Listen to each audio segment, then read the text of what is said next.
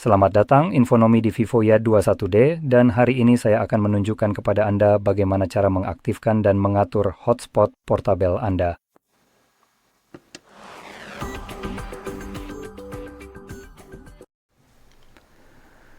Jadi untuk memulai, geser ke bawah dari bagian atas layar Anda. Jika Anda memiliki pemisahan antara tombol pintasan dan notifikasi, lakukan dari sisi kanan. Lalu geser ke bawah lagi untuk memperluas daftar tombol pintasan yang terlihat. Di sini, Anda seharusnya dapat menemukan tombol hotspot Anda. Bagi saya, tombol itu terlihat di halaman pertama, tapi ada beberapa halaman. Dan jika Anda tidak dapat menemukannya di halaman manapun, klik ikon ini di sini, lalu cari di antara daftar ini. Setelah Anda menemukannya, tahan tombol tersebut, dan ketika Anda merasakan getaran, Anda bisa menyeretnya ke daftar ini, lalu kembali, dan Anda akan melihat tombol itu tetap ada di sana. Jadi sekarang tombolnya sudah ada di sini. Untuk pertama kali, tahan tombol tersebut, dan ini akan langsung membawa Anda ke pengaturan. Alasan kita masuk ke pengaturan adalah karena di sini Anda akan menemukan kata sandi yang sepenuhnya dihasilkan secara acak, jadi tanpa masuk ke sini, Anda tidak akan tahu apa kata sandinya. Kita akan menghapus kata sandi itu, dan kemudian membuat kata sandi baru sendiri, yang harus terdiri dari minimal 8 karakter. Dan itu bisa berupa huruf atau angka atau keduanya, tapi saya hanya menggunakan angka agar lebih sederhana.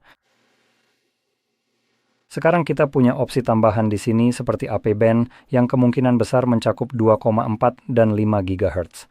Ini bisa menjadi opsi berguna untuk Anda jika Anda tinggal di daerah yang padat penduduk seperti New York City. Tapi saya ragu Anda menggunakan ponsel ini jika Anda tinggal di New York City. Jadi, ya begitu. Keunggulan dari 5 GHz dibandingkan 2,4 adalah di area yang sangat padat penduduk, jaringan seperti ini bisa saling mengganggu, terutama untuk 2,4 GHz. Meskipun secara teori 5 GHz juga bisa mengalami hal itu, frekuensinya jauh lebih terbuka untuk digunakan. Jadi masalah gangguan itu lebih kecil meskipun jumlah sinyalnya sama. Tapi misalnya frekuensi 2,4 GHz juga punya masalah lain, seperti berbagi frekuensi yang sama dengan sebagian besar perangkat nirkabel smart home, seperti lampu pintar. Jika perangkat itu terhubung ke jaringan, pada umumnya menggunakan 2,4. Jadi dalam satu rumah saja bisa ada belasan sinyal 2,4 GHz yang berbeda, yang jelas bisa menimbulkan lalu lintas dan gangguan antar satu sama lain.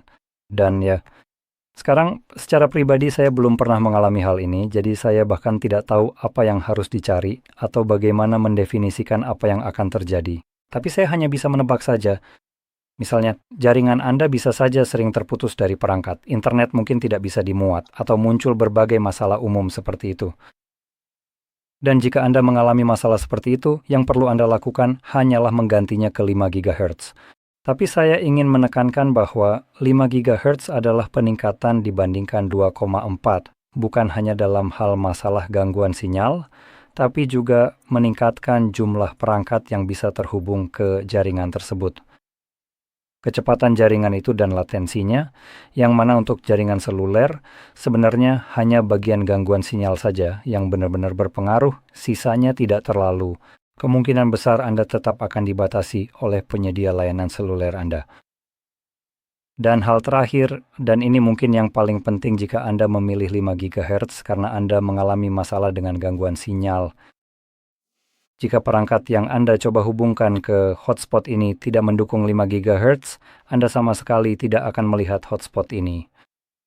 Jadi misalnya, jika Anda mencoba menggunakan hotspot Anda di sebuah kafe, pada laptop yang Anda bawa, Anda menyalakan 5 GHz. Jika laptop itu sudah tua dan tidak mendukung 5 GHz, Anda tidak akan bisa terhubung ke sana. Anda perlu kembali ke sini dan mengubahnya ke 2,4 dan harus menerima gangguan sinyal tersebut sekarang. Hal lain yang perlu disebutkan ketika membahas cara mudah untuk menentukan perangkat mana yang mendukung apa, mudah, mungkin juga tidak begitu mudah. Namun, apapun yang diberi label Wi-Fi, hanya Wi-Fi, mendukung 2,4 GHz. Tidak masalah, bisa dilakukan. Nah, apapun yang diberi label Wi-Fi 6, saya tahu itu tampak seperti peluang yang terlewatkan mengingat kita sudah memiliki versi 5, tetapi apapun yang diberi label Wi-Fi 6 mendukung frekuensi 5 GHz. Nah, untuk menambahkan sedikit informasi lagi, yang sebenarnya tidak begitu jelas di sini, ada juga Wi-Fi 6E. Sekarang perangkat-perangkat itu memiliki jaringan 6 GHz. atau frekuensi lagi seperti yang saya katakan, sedikit kesempatan yang terlewatkan di sana untuk menamainya, seolah-olah kita bisa saja mempertahankan 5 pemain, lalu menambahkan pemain ke-6, tapi sudahlah. Bagaimanapun setelah Anda mengatur ini, saya memiliki beberapa opsi tambahan di sini. Jadi batasan penggunaan data seluler 1 kali, jadi Anda bisa mengaturnya saat ketika Anda mengaktifkannya, itulah jumlah data yang dapat Anda gunakan dalam 1 kali pemakaian dan akan direset setiap kali. Jadi Anda bisa memilih batasan apapun yang Anda mau, tapi itu terserah Anda. Jumlah maksimum koneksi. Saya pribadi suka memilih hanya 1. Ini bukan server yang berukuran besar, jadi ya begitulah keadaannya, dan memang benar bahwa hanya itu saja pengaturan yang ada. Yang terakhir, hanya sekadar menyebutkan, adalah nama yang bisa Anda ubah, tapi itu adalah nama ponsel Anda setiap saat. Jadi, itu membuatnya sedikit lebih mudah untuk menemukan Wi-Fi yang Anda cari. Jadi, mari kita tutup saja ini. Tidak ada yang perlu disimpan di sana. Perubahan akan langsung diterapkan. Mari cari tombol pengalihnya dan cukup ketuk saja untuk menyalakannya. Satu hal yang perlu diingat adalah hotspot memang mengonsumsi lebih banyak baterai ponsel Anda. Atau, dalam kasus seperti ini, Wi-Fi Anda nantinya akan otomatis dimatikan.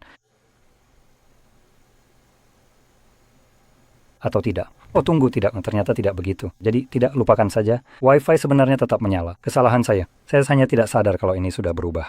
Wi-Fi yang menyala saat hotspot aktif menguras baterai. Jadi cukup ketuk di sini untuk mematikannya setelah selesai. Dan kalau begitu, semoga video ini sangat membantu dan jika iya, jangan lupa untuk tekan like, subscribe, dan terima kasih sudah menonton. Sampai jumpa.